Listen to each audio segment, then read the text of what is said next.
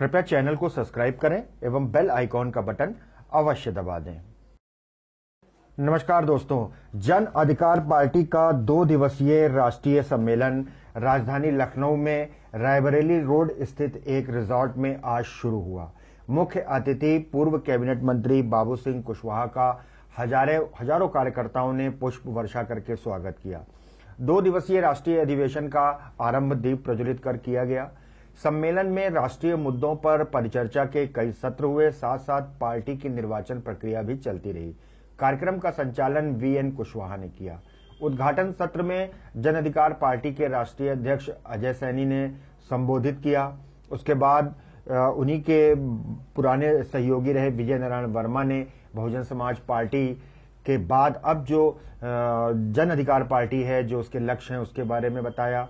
और दलित समाज पिछड़ों के इतिहास की चर्चा करते हुए अनिल मौर्य ने कहा कि आज हम सब अगर एक साथ नहीं हुए तो आगे चलकर बहुजनों को न्याय नहीं मिल पाएगा। वहीं पूर्व मंत्री बाबू सिंह कुशवाहा ने दलितों पिछड़ों की आवाज को उठाते हुए कहा कि वे बहुजनों के हक और अधिकार की लड़ाई हमेशा लड़ते रहे हैं और लड़ते रहेंगे।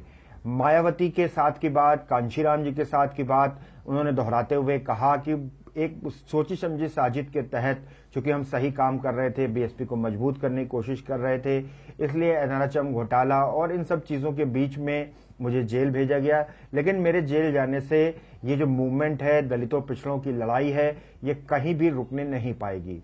दोस्तों, 2 दिवसीय ये आयोजन है जिसके आज पहले दिन निर्वाचन प्रक्रिया भी चलती रही और साथ ही बाबू सिंह कुशवाहा ने एक सार्थक संदेश सभी समाज वालों को दिया कि किस तरह से जो निम्न वर्ग के लोग थे, वो जो निचले तबके का काम करते थे, वहां से उनको हटा करके उनकी जगह पट्टेदार, ठेकेदार आ गए हैं। तो दलितों, पिछड़ों और वंचितों की लड़ाई लड़ने का एक बार से संकल्प लिया गया। इसके साथ साथ विभिन्न सत्र हुए जिसमें महिला सशक्तिकरण, समान शिक्षा व्यवस्था और ऐसे तमाम सारे मुद्दे थे जिनको लेकर के चर्चा की गई और चर्चा के बाद निर्वाचन प्रक्रिया भी साथ साथ चलती रही।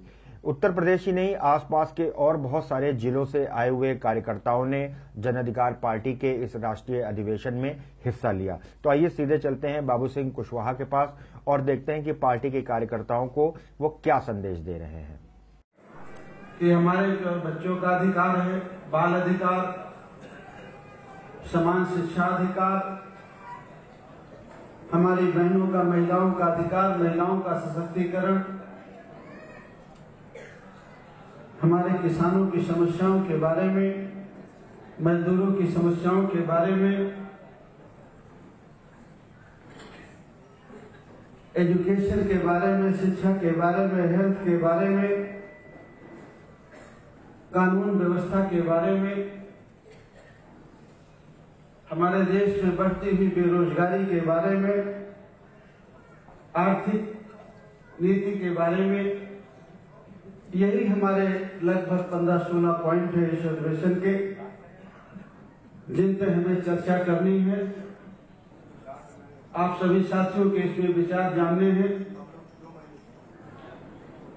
और इन विचारों को जानने के साथ साथ प्रस्ताव पारित होने के साथ साथ जो हमारे अधिवेशन का जो और एक उद्देश्य है कि हमारी पार्टी का रजिस्ट्रेशन हुए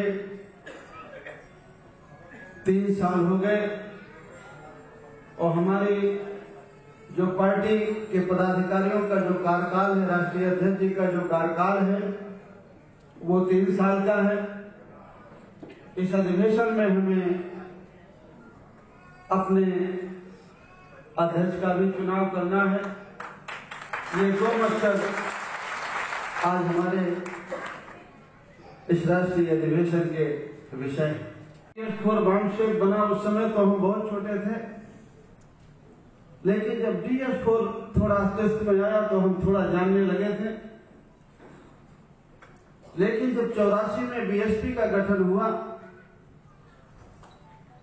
तो हम लोग पूरी तरह से बीएसपी में कांशीराम जी की विचारधारा के साथ, मैंने मेरी तरह बहुत सारे साथी उसमें जुड़े, इस आशा और विश्वास के साथ कि जिन लोगों को हमारे देश में हजारों साल से हक अधिकार नहीं मिला। जिन लोगों को इस देश में इंसान आदमी कहलाने के लिए संघर्ष करना पड़ता है, हमारे देश में एक जानवर को, एक भैंस को, एक गाय को, एक कुत्ते को, एक बिल्ली को ये संघर्ष नहीं कहना पड़ता कि हमें आप कुत्ता कहो कि बिल्ली कहो कि भैंस कहो, लेकिन इस देश में इंसान को इंसान कहलाने के लिए संघर्ष करना पड़ रहा है। वो विचार अच्छे थे, लेकिन बहुत सारे साथियों को याद होगा कि कांशीराम जी का जैसे जैसे दखल कम होता गया, उनका हेल्थ जवाब देता गया, वैसे वैसे बहुजन समाज पार्टी में चेंज होते चले गए। और आज बहुजन समाज पार्टी में कितना चेंज हुआ है ये आप अच्छी तरह से जानते हैं। ये बीच की घटना में छोड़ करके आपसे कहना शुरू किया है कि जब 2007 में बहुजन समाज पार्टी की फुल बहुमत की सरकार बनी, परिवर्तन और चेंज तो हम लोगों ने 95 से ही शुरू हो गया। बहुजन समाज पार्टी के जो नेता थे कांशीराम जी, उनका एक नारा होता था कि जिनसे संघर्ष उनसे समझौता कभी नहीं हो सकता। उसको 2007 आते आते हम लोग ये पूरी तरह जान गए थे कि अब ये बहुजन समाज पार्टी वो पार्टी नहीं रह गई जो पार्टी हम लोगों ने 84 में बनाई। आप लोगों को, बहुत सारे साथियों को याद होगा कि 2007 आते आते उसका नारा हो गया था कि हाथी नहीं गणेश है, ब्रह्मा विष्णु महेश है। और एक नारा जो उसमें जो परिवर्तन हुआ था, जो आप लोगों ने बड़ी गंभीरता से नहीं सुना था। पहले नारा था कि जिसकी जितनी संख्या भारी उसकी उतनी हिस्सेदारी, लेकिन उसमें एक चेंज हुआ था कि जिसकी जितनी तैयारी भारी उसकी उतनी हिस्सेदारी। ये ऑफिशियल नारा बीएसपी का उस समय शुरू किया गया। उसके तहत जो हम लोग वीकर सेक्शन को, पिछड़े तबके के लोगों को, माइनॉरिटी के लोगों को जो हिस्सेदारी देना चाहते थे, हम लोग साथ में वो नहीं दे पाए। 2009 में मुझे परिवार कल्याण विभाग दिया गया। 26 मई 2009 को मुझे परिवार कल्याण विभाग दिया गया। शशांक शेखर कैबिनेट सेक्रेटरी था, वो तो नहीं है अब इस दुनिया में, लेकिन जो उसके तारीफ में अगर हमें कुछ शब्द कहना है तो कहना पड़ेगा। कोई उसमें मुझे अधिकार का न मेरा कोई रोल है।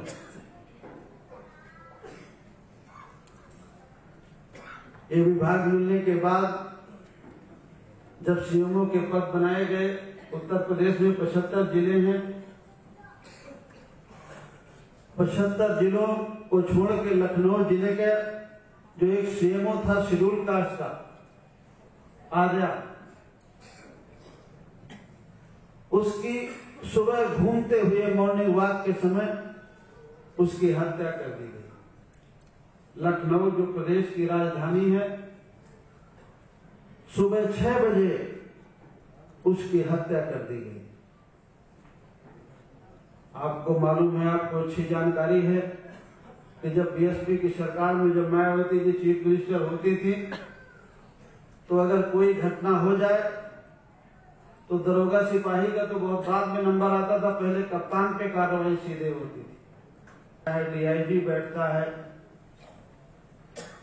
पुलिस का सबसे बड़ा अधिकारी डीजीपी के बाद प्रमुख सचिव गृह बैठता है, और गृह विभाग मुख्यमंत्री के पास था, मुख्यमंत्री बैठती हैं।